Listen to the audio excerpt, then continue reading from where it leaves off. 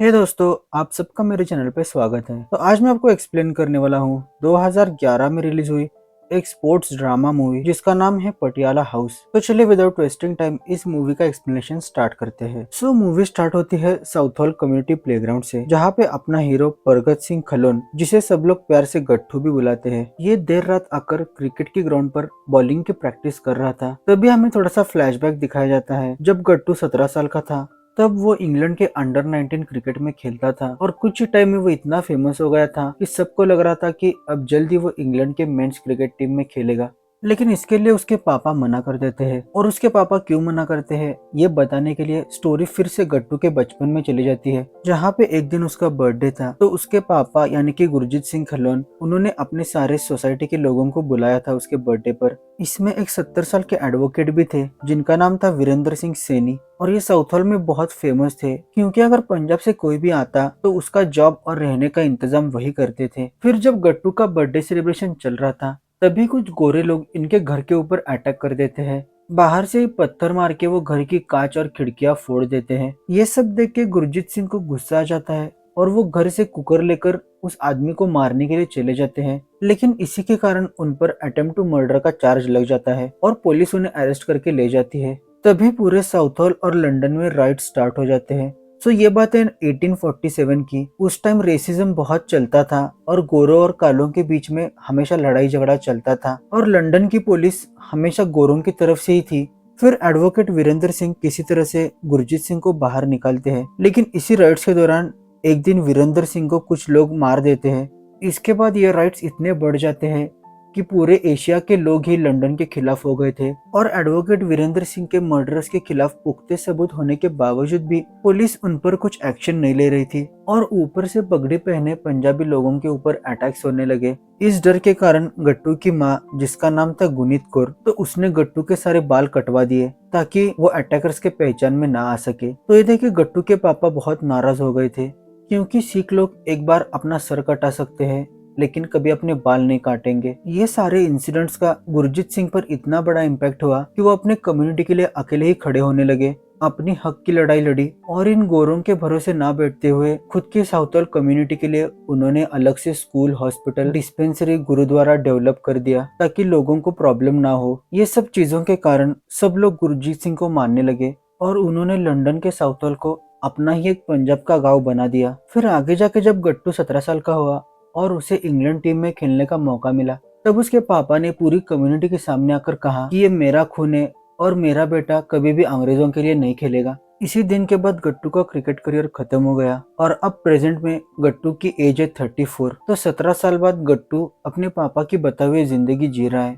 उसे एक general grocery store open करके दी है, जहाँ पे वो दिन भर काम करता है। फिर एक दिन गोडाउन में जब वो लंच कर रहा था, तभी एक बॉल दरवाजे की कांच तोड़ के अंदर चली आती है। फिर उन्हें डांटने के लिए जब वो बाहर देखता है, तो एक लड़का उससे बदतमीजी से बात करके वहाँ से भाग जाता है। तो बाद में उसकी बड़ी बहन आके उससे बहस करती है और उसे कहती है कि बच्चे ही तो हैं, वो तो खेलेंगे, और वो कार्ड से उसका जितना भी नुकसान हुआ है वो पे कर रही थी।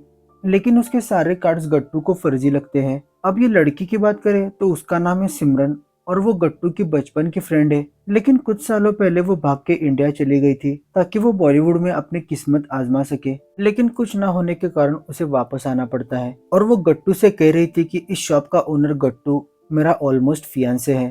तो इतने सालों बाद वापस आने के कारण वो गट्टू का चेहरा भूल गई थी, और वो गट्टू से फनी अंदाज में लड़ झगड़ के वहाँ से चली आती है। तभी गट्टू का एक कजन उसे बुलाने आता है और कहता है बाबूजी पुलिस। तो ये सुन के गट्टू और कजिन दोनों भी घर की तरफ भागने लगते हैं। तो यहाँ पे हमें पता चलता है कि गट्टू के पापा अभी बूढ़े हो गए हैं, लेकिन फिर भी पुलिस वालों के साथ वो हमेशा भिड़ते रहते हैं। चाहे कोई भी छोटा सा ही रीजन क्यों ना हो, तो वो हमेशा पुलिस वालों के साथ झगड़ा करते हैं, और आज भी उनके मन में गोरों के खिलाफ नफरत है। आज ही गट्टू की बहन मनमीत को देखने के लिए लड़के वाले आ रहे थे, और बाबूजी के इसी झगड़ालू नेचर के कारण बहुत से लड़कों ने मनमीत को रिजेक्ट कर दिया था। फिर पुलिस जाने के बाद मनमीत के इनलॉज को अमन अपनी टैक्सी में बिठाकर गट्टू के घर पर लेकर आता है। लेकिन यहाँ पर आने के बाद बाबूजी सीधा सीधा कह देते हैं कि लड़का यहीं पे घर जमाई बन के रहेगा इसी पटियाला हाउस में। तो यही से हमें पता चलता है कि बाबूजी बहुत ही डोमिनेटिंग नेचर के हैं, और जो वो कहते हैं वही होता है घर में। गट्टू के घर में उसके फैमिली के साथ साथ बहुत से कजन्स भी रहते थे, उनमें से एक थी पिंकी और हस्बैंड का नाम था जस्सी। तो इनके साथ कुछ फ्रॉड होने के कारण इनका घर कारोबार सब चला गया था। सो इसीलिए बाबूजी ने इन्हें पनाह दी थी। तो जस्सी बाबूजी की हर बात मानता था, लेकिन ये बात पिंकी को अच्छी नहीं लगती थी और उसे लग रहा था कि जस्सी ने अपना दिमाग का इस्तेमाल करना ही छोड़ दिया है, जो बाबूजी कहेंगे वही कर रहा है। और उसे लग रहा था कि जस्सी भी कहीं गट्टू की तरह ना बन जाए। तो हर कजन के हिट लिस्ट में था गट्टू, क्योंकि उन्हें कुछ भी नया करने की इजाजत नहीं मिलती थी और कहा जाता था कि गट्टू की तरह बनो, जिसके कारण सब लोग गट्टू को हेट करते थे और सबको यही लग रहा था कि उनकी ये जिंदगी का कारण गट्टू ही है।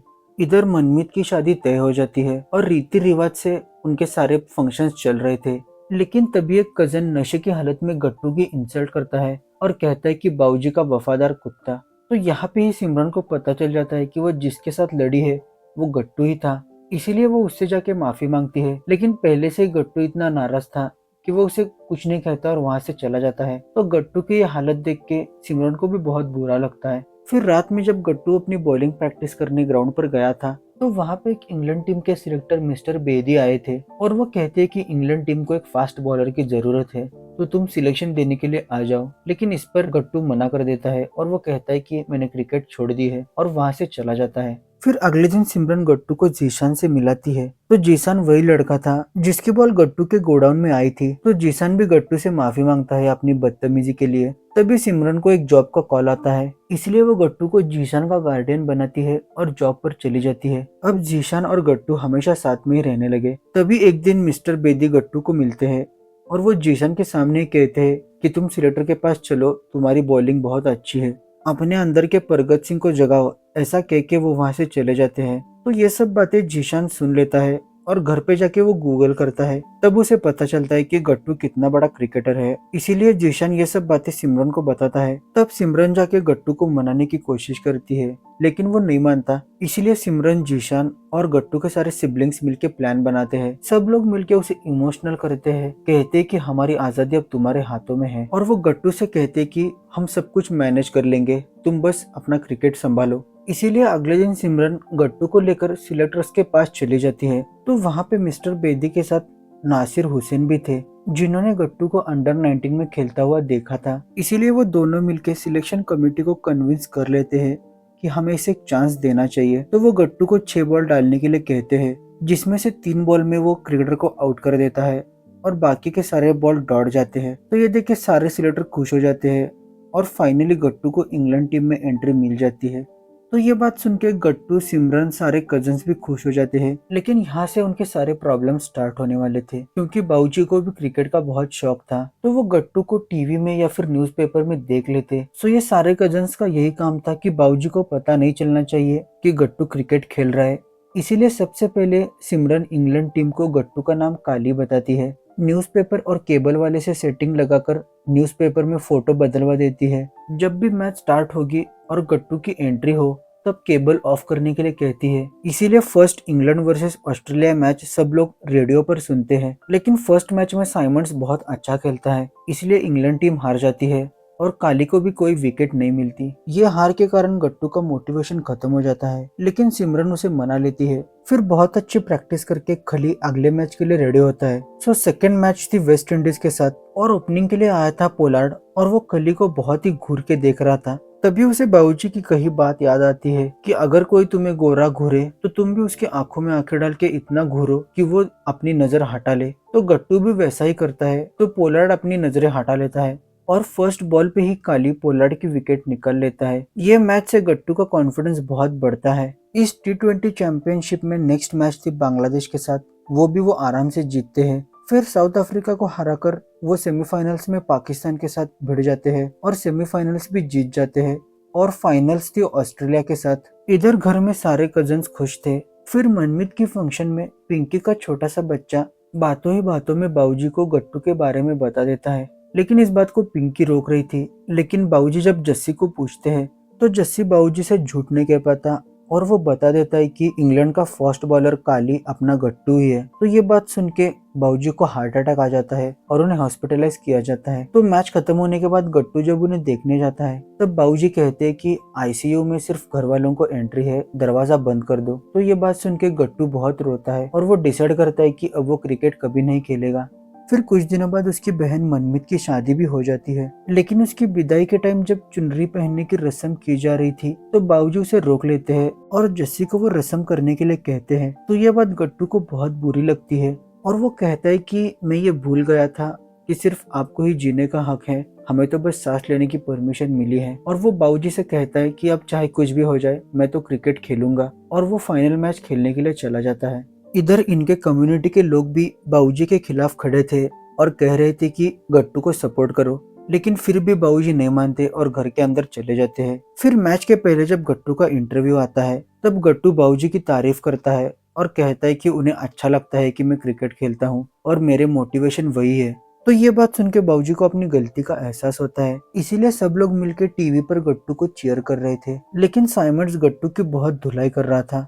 तब बाबूजी कहते हैं कि आप सब लोग कह रहे थे कि ये बहुत अच्छा खेलता है। तब सिमरन कहती कि हाँ वो बहुत अच्छा खेलता है, लेकिन आज दिल से नहीं खेल रहा। इसलिए बाबूजी डिसाइड करते हैं कि हम सब लोग मिलके उसे स्टेडियम पे जाके चीयर करेंगे। तो सब लोग कार में बैठ के स्टेडियम की तरफ निकल जाते हैं। फिर जब वो स्टेडियम में पहुंचते हैं तो 154 का टारगेट चेस करते हुए 141 रन्स उन्होंने बना लिए थे और लास्ट ओवर में उन्हें 14 रन्स नीडेड थे। तो गट्टू की बहुत धुलाई हुई थी, फिर भी पूरे सीरीज में गट्टू का परफॉर्मेंस अच्छा था, इसीलिए कैप्टन लास्ट ओवर गट्टू को ही देते हैं। तो फर्स्ट बॉल साइमन 6 मार देता है, सेकंड बॉल पे भी उन्हें 2 रन मिलते हैं, लेकिन थर्ड बॉल पे वो 3 रन ले लेते हैं, जिसके कारण साइमन की स्ट्राइक छूट जाती है। फोर्थ बॉल पे एलबीडब्ल्यू विकेट चली जाती है। अब जीतने के लिए 2 बॉल में 3 रन नीडेड थी। तो 5वें बॉल पर साइमंड्स पहले ही अपनी स्ट्राइक छोड़ के भागने लगता है, लेकिन बैट्समैन का बॉल के साथ कांटेक्ट ही नहीं होता, लेकिन फिर भी साइमन स्ट्राइक पर चला जाता है और रनआउट में दूसरा पार्टनर आउट होता है। तो अब लास्ट बॉल में 3 रन चाहिए थे, तभी गट्टू अपना रनअप कम कर देता है। तो ये देख के बाबूजी समझ जाते हैं कि ये लाला अमरनाथ की तरफ बॉलिंग करेगा। सो फाइनली लास्ट बॉल पे गट्टू साइमंड्स की इन स्विंग करके विकेट ले लेता है और इसी के साथ इंग्लैंड जीत जाती है और मैन ऑफ द सीरीज का खिताब मिलता है गट्टू को। इसी के साथ बाबूजी के मन में गोरों के खिलाफ जो गुस्सा था वो भी चला जाता है और गट्टू के सारे कजन्स अपनी अपनी विश लेके बाबूजी के पास चले आते हैं कि उन्हें अपनी जिंदगी में क्या करना है। तभी एंड में पटियाला हाउस सॉन्ग प्ले होता है और बाबूजी ने सिमरन और गट्टू के रिलेशन को भी एक्सेप्ट कर लिया था और इसी हैप्पी एंडिंग के साथ ये मूवी एंड हो जाती है। सो ये पटियाला हाउस मूवी आपको कैसी लगी जरूर मुझे कमेंट सेक्शन में बताना, और अच्छी लगी होगी तो मेरे चैनल को जरूर सब्सक्राइब करना। Thanks for watching the video.